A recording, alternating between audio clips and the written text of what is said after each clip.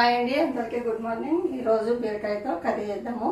అది కూడా ఫాస్ట్గా 10 మినిట్స్లో అయిపోయేటట్లుగా చేద్దాము. కుక్కర్లో పెడదాము. ఈరోజు ముందు ఇట్లా అంతా పీల్ చేసేసుకున్నాము.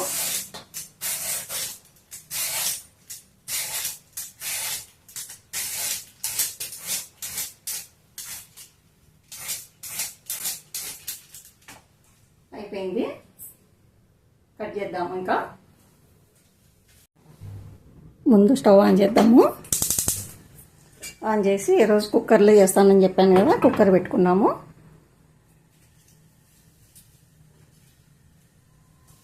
కొద్దిగా ఆయిల్ వేద్దాము. ఆయిల్ మీకు కాయగూర ఎంత ఉంటే అంత వేసుకోండి, అంతేగాని 2 స్పూన్లు 3 స్పూన్లు అని చెప్పినాను అనుకోండి, మీ కాయగూర కొంచెం ఉన్నప్పుడు నూనె ఎక్కువైపోతుంది, లేదంటే ఎక్కువ ఉన్నప్పుడు తక్కువైపోతుంది, అట్లా ఉంటుంది. అందుకోసం అని చెప్పేసి మీరు మీ కాయగూర తగినట్లు ఆయిల్ వేసేసుకోండి.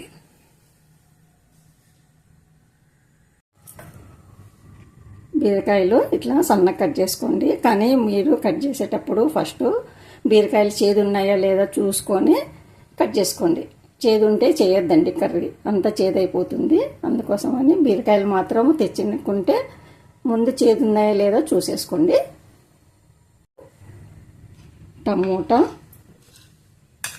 ఉల్లిగడ్డలు, కొంచెము ఇది కొబ్బరి, వేరుశనగ విత్తనాలు, ఎల్లిపాయ 3 కలిపి ఇట్లా దంచి పెట్టుకున్నాను.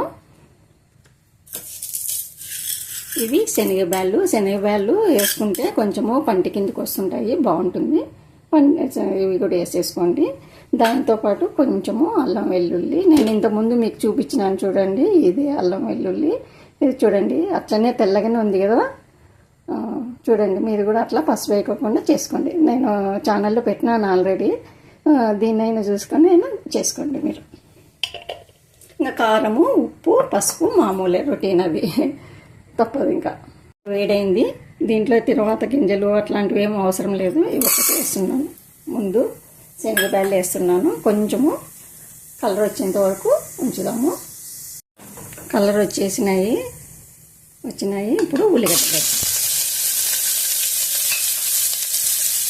కూడా కొంచెము మగ్గనిద్దాము. మరి కొద్దిసేపు వేగనిద్దాము. ఇంకా వేగల్లా, కొంచెం కలర్ రావాలా, కలర్ రాలేదు. వేగినవి. ఇప్పుడు కొంచెము అల్లం వెల్లుల్లి పేస్ట్, ఇది కూడా కొంచెము మగ్గనిద్దాం.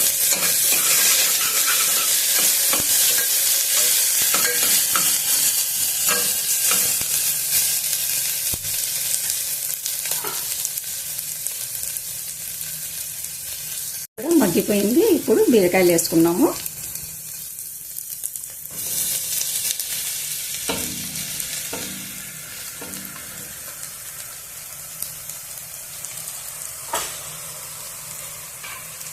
బాగా కలుపుకున్నాము. ఫస్ట్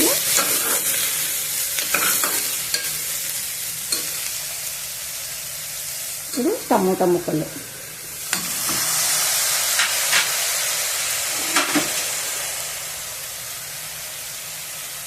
కారము మీకు తగినంత వేసుకోండి.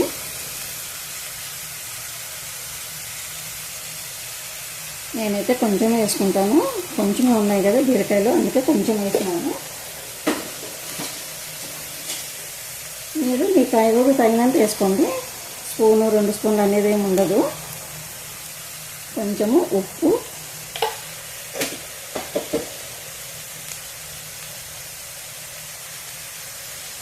వేసి బాగా కలుపుకుందాం.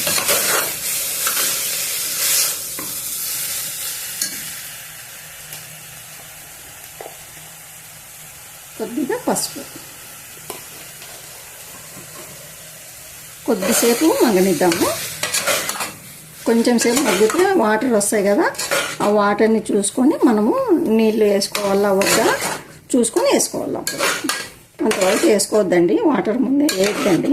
కొంచెం మగ్గనిద్దాం దీన్ని.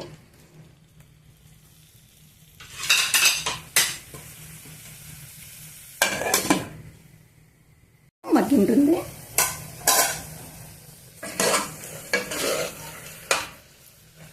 కదండి, ఇట్లా వాటర్ వస్తాయి. చూడు, అంతా తడి అయిపోయింది కదా, ఇట్లా వాటర్ వస్తుంది అనమాట. దీన్ని చూసుకొని మనము వాటర్ వేసుకోవాలి.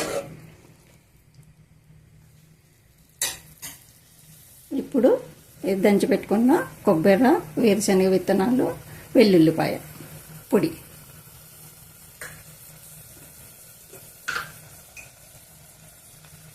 కొంచెము గరం మసాలా,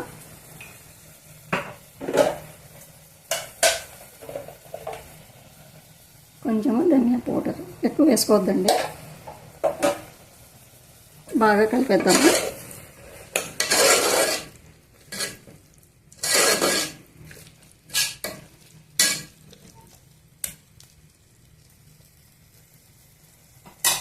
మరి కొద్దిసేపు మగ్గనిద్దాం.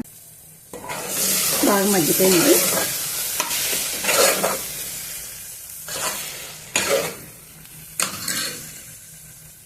ఇప్పుడు కొద్దిగా వాటర్ వేస్తున్నాను, ఎందుకంటే కుక్కర్ మూత పెడతాం కదా, అందుకోసమని కొంచెం వాటరు, కొంచెం గ్రేవీ లాగా వస్తుంది.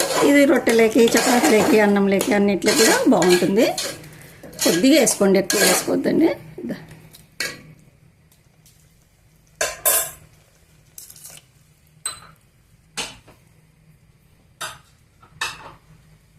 కొత్తిమీర కూడా వేసేసుకోండి, ఎందుకంటే కొత్తిమీర కొంతమంది పచ్చిది కొత్తిమీర స్మెల్ నచ్చదు, అందుకోసమని ఇప్పుడు వేసేసుకోండి.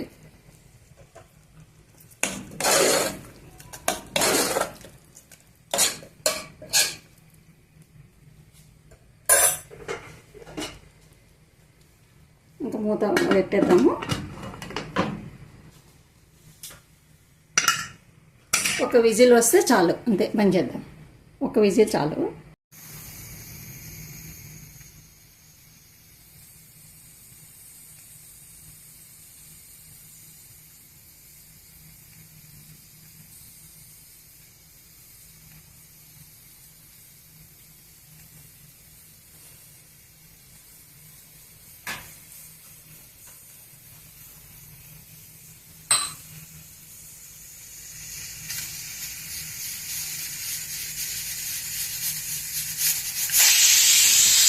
ఒక విజిల్ వచ్చేసింది, ఇంకా బంద్ చేద్దాము. స్టవ్ అయిపోతుంది. కాయగూర అయిపోయింది.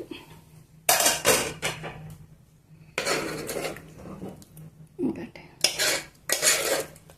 ఇంత ఉంటే చాలు కదా, మనం అన్నంలోకి కానీ అన్నిట్లకి రొట్టెలకు కానీ ఏదైనాకైనా బాగుంటుంది.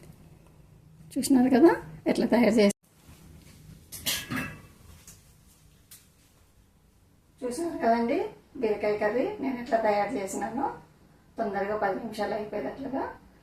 మీకు నచ్చినట్లయితే లైక్ చేయండి, షేర్ చేయండి, సబ్స్క్రైబ్ చేసుకోండి. మరో మంచి రెసిపీతో మేము ముందుంటాను. ఓకేనండి, బాయ్.